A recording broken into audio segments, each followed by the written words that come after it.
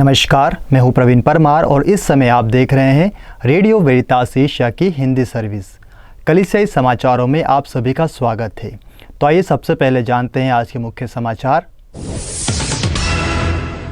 कलीसिया के नेताओं ने इच्छा मृत्यु पर प्रतिबंध को बरकरार रखने के सुप्रीम कोर्ट के फैसले की सराहना की। चर्च ने आदिवासी लोगों द्वारा कोटा विरोध का समर्थन किया।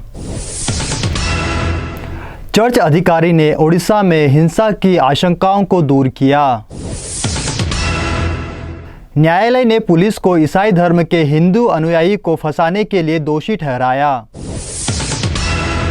कैथोलिक चर्च के नेता ने बांग्लादेश में आई विनाशकारी बाढ़ के मद्देनजर तत्काल सहायता की अपील की। पूर्व सलेशियन प्रोविंशियल फादर जोसेफ किजहकेकरा का निधन। भारत में जयंती वर्ष 2025 के लिए प्रशिक्षण कार्यक्रम शुरू।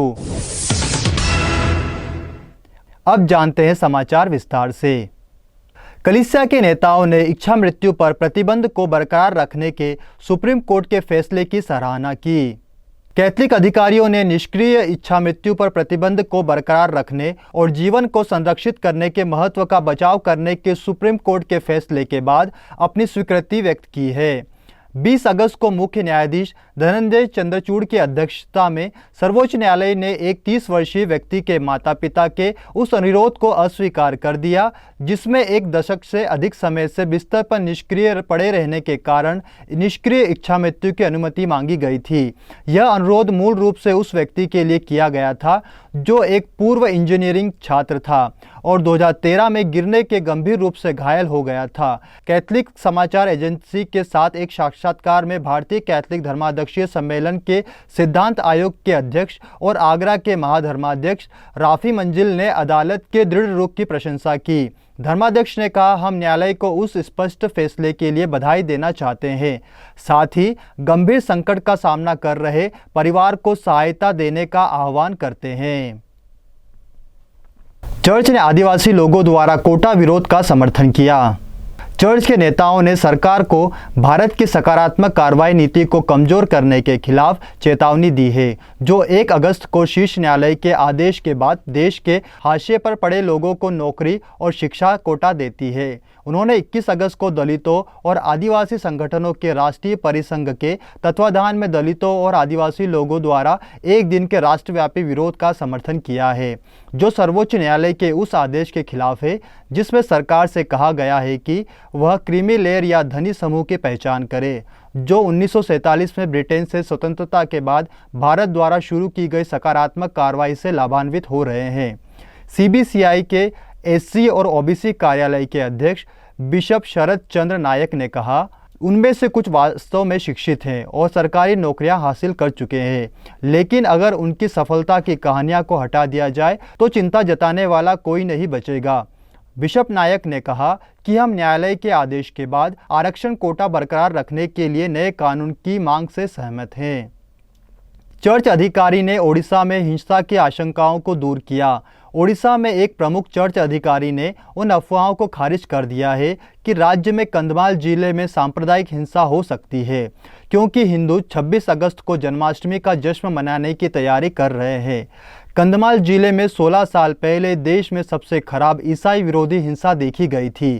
कंधमाल को कवर करने वाले कटक भुवनेश्वर आर्चडायसिस के चांसलर फादर दिबाकर पोरिचा ने कहा, जैसे ही हिंदू त्योहार करीब आ रहा है, निहित स्वार्थ वाले लोग गलत संदेश फैला रहे हैं। कंधमाल में और अधिक सांप्रदायिक हिंसा हो सकती है। पोरिचा ने 21 अगस्त को कहा, यह झूठी खबर है और लोगों को इस पर विश्वास नहीं करना चाहिए। उन्होंने कहा कि हमने मुख्यमंत्री मोहन चरण मांझी, स्थानीय राजनेताओं और पुलिस अधिकारियों से मुलाकात की है और उन्हें अफवाह के बारे में सचेत किया है। न्यायालय ने पुलिस को ईसाई धर्म के हिंदू अनुयायी को फंसाने के लिए दोषी ठहराया। उत्तर प्रदेश में ईसाई धर्म के एक हिंदू अनुयायी ने न्यायालय के उस फैसले की सराहना की है जिसमें पुलिस को व्यापक धर्मांतरण विरोधी कानून के तहत उसके खिलाफ झूठा मामला दर्ज करने के लिए दोषी ठहराया गया है। उत्तर प्रदेश के निवासी अभिषेक गुप्ता ने 23 अगस्त को कहा, झूठे मामले के कारण मैंने अपनी नौकरी और प्रतिष्ठा खो दी। गुप्ता ने कहा कि न्यायालय के भविष्य में इस तरह की अवैध कार्रवाइयों की पुनरावृत्ति को रोकने के लिए पुलिस के खिलाफ कार्रवाई का आदेश दिया है। उन्होंने कहा, यह एक स्वागत योग्य कदम है। उत्तर प्रदेश के एक निजी अस्पताल में कार्यरत 41 वर्षीय लैब टेक्नीशियन को अपनी नौकरी से हाथ धोना पड़ा, जब पुलिस ने उसके खिलाफ 2021 में भारत के सबसे अधिक आबादी वाले राज्य में हिंदू समर्थक भारतीय जनता पार्टी सरकार द्वारा लागू किए गए कठोर धर्मांतरण विरोधी कानून के तहत आरोप दर्ज किए। कैथोलिक चर्च के नेताओं ने बांग्लादेश में आई विनाशकारी बाढ़ के मद्देनजर तत्काल सहायता की अपील की। बांग्लादेश में आई भयंकर बाढ़ के मद्देनजर राजशाही डायसिस के बिशप गवर्स रोजियारो ने आपदा से प्रभावित लाखों लोगों की सहायता के लिए तत्काल सहायता की अपील जारी की है। 20 अगस्त को शुरू हुई विनाशकारी बाढ़ से कम 15 लोगों की जान चली गई और 11 जिलों में लगभग 48 लाख लोग विस्थापित हो गए हैं। भारत और बांग्लादेश के पूर्वोत्तर में मूसलाधार बारिश ने संकट को और बढ़ा दिया है, जिसमें पूर्वी क्षेत्र सबसे ज़्यादा तबाही मचा रहे हैं। बिशप रोजियारो ने प्रभावित समुदायों के लिए गहरी चिंता व्यक्त की और उन लोगों की भारी भीड़ को उजागर किया जिन्होंने अपने घर और आजीविका खो दी है। उन्होंने आग्रह किया, ईसाई होने के नाते हम अपने उन परेशान भाइयों और बहनों के प्रति संवेदना व्यक्त करते हैं जिन्होंने अपना सब कुछ खो दिया है। क्या हम इस महत्वपूर्ण क्षण में मदद के लिए हाथ नहीं बढ़ा सकते? पूर्व सलेशियन प्रोविंशियल फादर जोसेफ किज हक्केकरा का निधन। कलकत्ता और दिल्ली के पूर्व सलेशियन प्रोविंशियल फादर जोसेफ किज हक्केकरा का 22 अगस्त को नई दिल्ली में हृदयघात से निधन हो गया। वे 87 वर्ष के थे। सलेशियन दिल्ली प्रोविंशियल फादर डेविस मणिपरम्बेल के संदेश में कहा है कि उनकी मृत्यु सुबह 9:45 पर ओखला के होली फैमिली अस्पताल में हुई। फादर किज हक्केकरा दक्षिण दिल्ली के डॉन बॉस्को तकनीकी संस्थान ओखला के निवासी थे।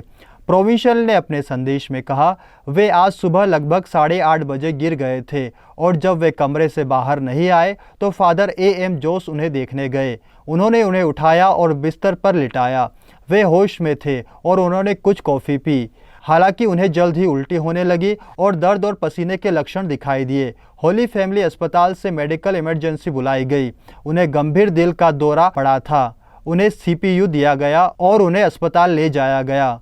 उन्हें होश में लाने के सभी प्रयास व्यर्थ गए और सुबह 9:45 बजे डॉक्टरों ने उन्हें मृत घोषित कर दिया। भारत में जयंती वर्ष 2025 के लिए प्रशिक्षण कार्यक्रम शुरू।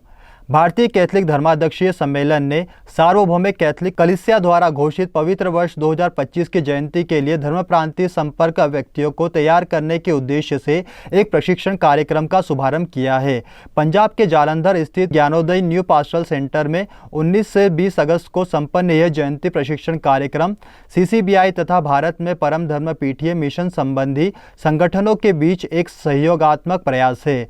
भारतीय कैथलिक धर्माध्यक्षीय सम्मेलन CCBI के उप महासचिव फादर स्टीफन अल्थारा और राष्ट्रीय सुविधा टीम द्वारा विकसित इस कार्यक्रम का उद्देश्य धर्म प्रांतीय संपर्क व्यक्तियों को जयंती वर्ष के लिए आवश्यक ज्ञान और रणनीतियों से लैस करना था। इसी के साथ आज के कलीसियाई समाचार समाप्त हुए। मुझे यानी प्रवीण परमार को दीजिए इजाज़त। अगली बार फिर मुलाकात होगी नई खबरों के साथ। तब तक के लिए नमस्कार। रेडियो वेरितास एशिया आपके लिए लेकर आए हैं RVA mobile app. RVA mobile app पर हमारे विभिन्न प्रकार के कार्यक्रमों का लाभ लें, हमसे जुड़े और एशियाई ईसाईयत की आवाज का हिस्सा बने। आज ही ऐप स्टोर एवं प्ले स्टोर से RVA मोबाइल ऐप डाउनलोड करें।